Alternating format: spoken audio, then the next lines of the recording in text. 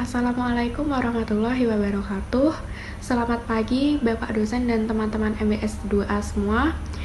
Semoga kita semua selalu berada dalam lindungan Allah dan selalu diberikan kesehatan.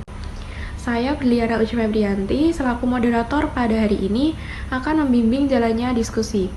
Sebelumnya, saya akan memperkenalkan anggota dari kelompok 6, yaitu yang pertama ada Nila Nur Sabdina, Lovina Iola Inzani Putri, Valentina Eki Febriani, dan Unggul Dela Fahmiuna.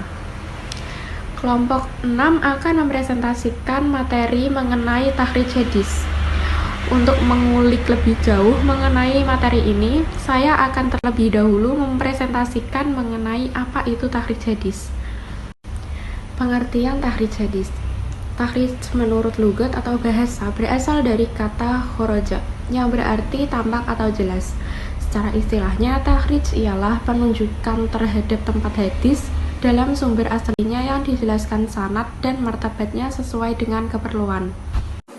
Di sini saya akan melanjutkan materi tentang tahrij. Tahrij secara istilah juga berarti mengembalikan atau menelusuri kembali ke asalnya. Hadis-hadis yang terdapat di dalam berbagai kitab yang tidak memakai sanad kepada kitab-kitab musnad, baik disertai dengan pembicaraan tentang status hadis-hadis tersebut dari segi sahih dan dhaif, ditolak atau diterima, dan penjelasan tentang kemungkinan ilat yang ada padanya, atau hanya sekedar mengembalikannya kepada kitab-kitab asal sumbernya. Tahrij dapat dijelaskan sebagai berikut. Yang pertama adalah mengemukakan hadis pada orang banyak dengan menyebutkan para rawinya yang ada dalam sanad hadis tersebut. Yang kedua, mengemukakan asal-usul hadis dapat dijelaskan sumber pengembaliannya dari berbagai kitab hadis. Yang terakhir adalah mengemukakan hadis-hadis berdasarkan sumber pengembaliannya. Tujuan takhrij hadis. Dalam melakukan takhrij, tentunya ada tujuan yang ingin dicapai. Tujuan pokok dari takhrij yang ingin dicapai seseorang peneliti adalah sebagai berikut. 1. Mengetahui eksistensi suatu hadis. 2. Mengetahui sumber otentik suatu hadis dari buku hadis apa saja yang didapatkan. 3. Mengetahui ada beberapa tempat hadis tersebut. 4. Mengetahui kualitas hadis, makbul atau diterima, dan mardud atau ditolak. Selanjutnya, metode takhrij hadis. Dalam tulisan ini akan dilakukan takhrij hadis dengan menggunakan dua metode, yaitu yang pertama, metode takhrij al-hadis melalui kata lafal pada matan hadis. Kitab yang digunakan Mu'jam Mufarrasi li Alfaz al-hadis. Kemudian yang kedua, takhrij al-hadis melalui awal kata lafal pada matan hadis. Kitab yang digunakan Al-Jami Al-Saghir.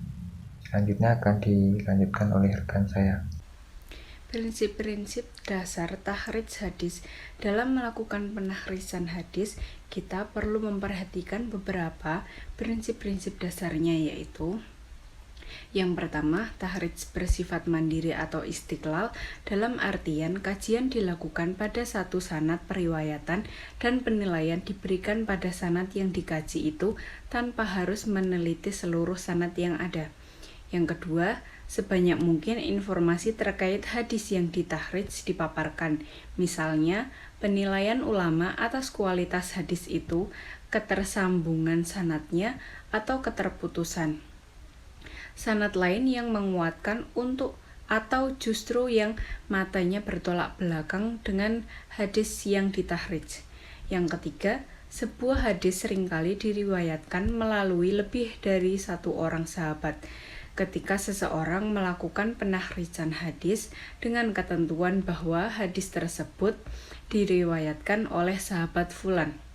Yang keempat, dalam penahrijan perlu diperhatikan substansi matan hadis, variasi redaksional matan jika terdapat lebih dari satu riwayat. Kajian atas sanad berupa biografi, kajian atas kata-kata yang unik, tidak lumrah, kajian waktu dan tempat sebagai alat bantu penelusuran ketersambungan sanad dan keunikan ungkapan masing-masing perawi. Yang kelima adalah tahrij hadis dilakukan berdasarkan substansi matan hadisnya. Dalam arti kita mungkin akan mendapati beberapa sanad hadis yang substansi, maknanya sesuai dengan yang kita kaji. Sementara redaksional matanya berbeda, atau sebagian ada yang matanya diringkas.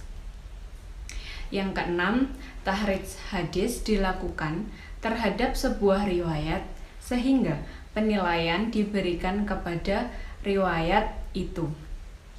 Maka ungkapan yang diberikan adalah bahwa hadis ini sahih sanadnya atau hadis ini dhaif sanadnya.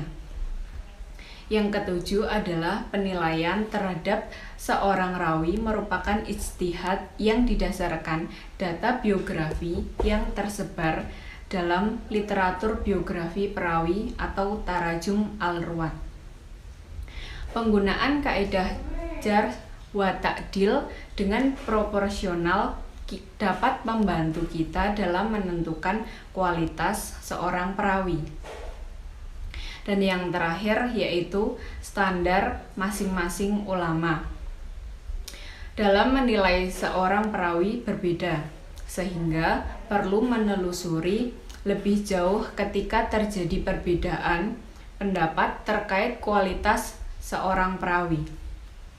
Baik teman-teman, dari kelompok 6 sudah menjelaskan tentang tahrij hadis.